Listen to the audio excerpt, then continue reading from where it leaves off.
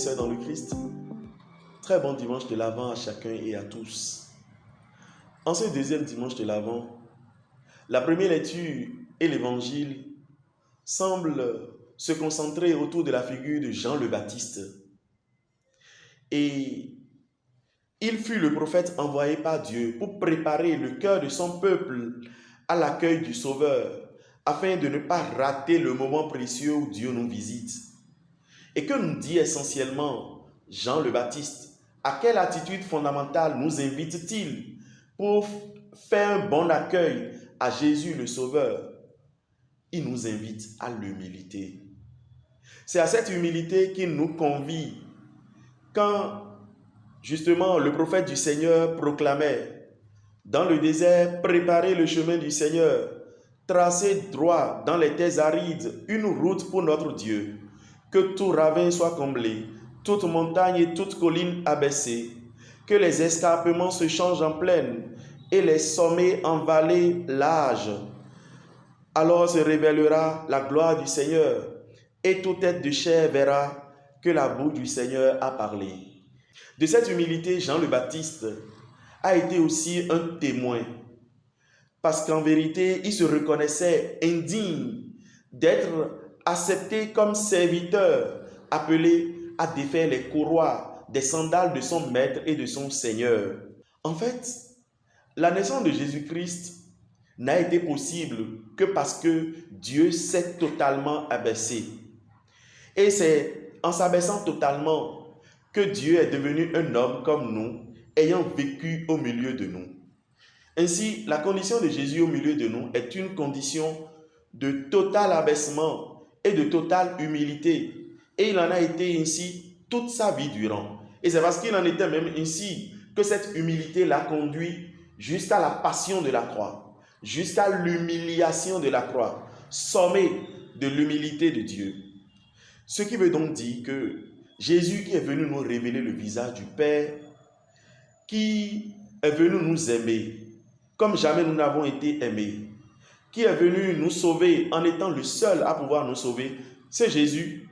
Nous ne pouvons le rencontrer que si nous acceptons de nous abaisser comme lui. Nous ne pouvons nous mettre à son écoute, l'entendre nous parler du Père, le voir nous révéler ce visage du Père, que si nous nous mettons à son niveau, que si nous nous abaissons comme lui.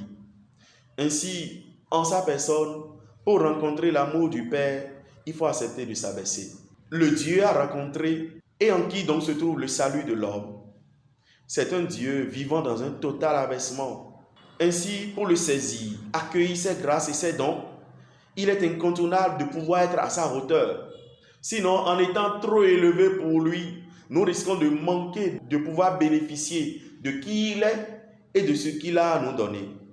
De cette évidence, on comprend donc Jésus lorsqu'il s'exclame: Père, Seigneur du ciel et de la terre, je proclame ta louange. Ce que tu as caché aux sages et aux savants, tu l'as révélé aux tout petits. Pour tout dire, nous ne pouvons pas nous sauver nous-mêmes. Seul Dieu peut nous sauver. Ce qui veut dire qu'il faut accepter de laisser Dieu nous sauver. Sinon, on risque de se perdre. Or, quand on a de l'orgueil, on n'aime pas se laisser faire. On a du mal à demander et à accepter de l'aide. On aime être aux commandes, alors que pour notre salut, seul Dieu doit être aux commandes. Voilà pourquoi l'orgueilleux ne supporte pas les remarques, les reproches. Il n'aime pas se laisser instruire. Ainsi, il aura bien du mal à se laisser sauver. L'humilité est donc radicalement nécessaire pour accueillir le salut de Dieu en la personne de Jésus-Christ et pour se laisser sauver par lui. Car le salut de Dieu en Jésus est à accueillir et non pas quelque chose à construire par nous-mêmes. Or, l'orgueilleux, il est comme un verre rempli. Et parce que rempli, il n'a plus de la place pour recevoir. Voilà pourquoi il a bien du mal à accueillir. Souvenons-nous donc du précieux conseil de notre Maître et Seigneur. Attention, méfiez-vous du levain des pharisiens et des sadducéens. Et ce levain dont il parlait, c'était leur orgueil. L'humilité, seul Dieu peut nous la donner et nous y faire conserver. Demandons donc au Seigneur de nous faire le don précieux de son humilité pour pouvoir accueillir sa personne et son royaume. Très bon dimanche à chacun et à tous.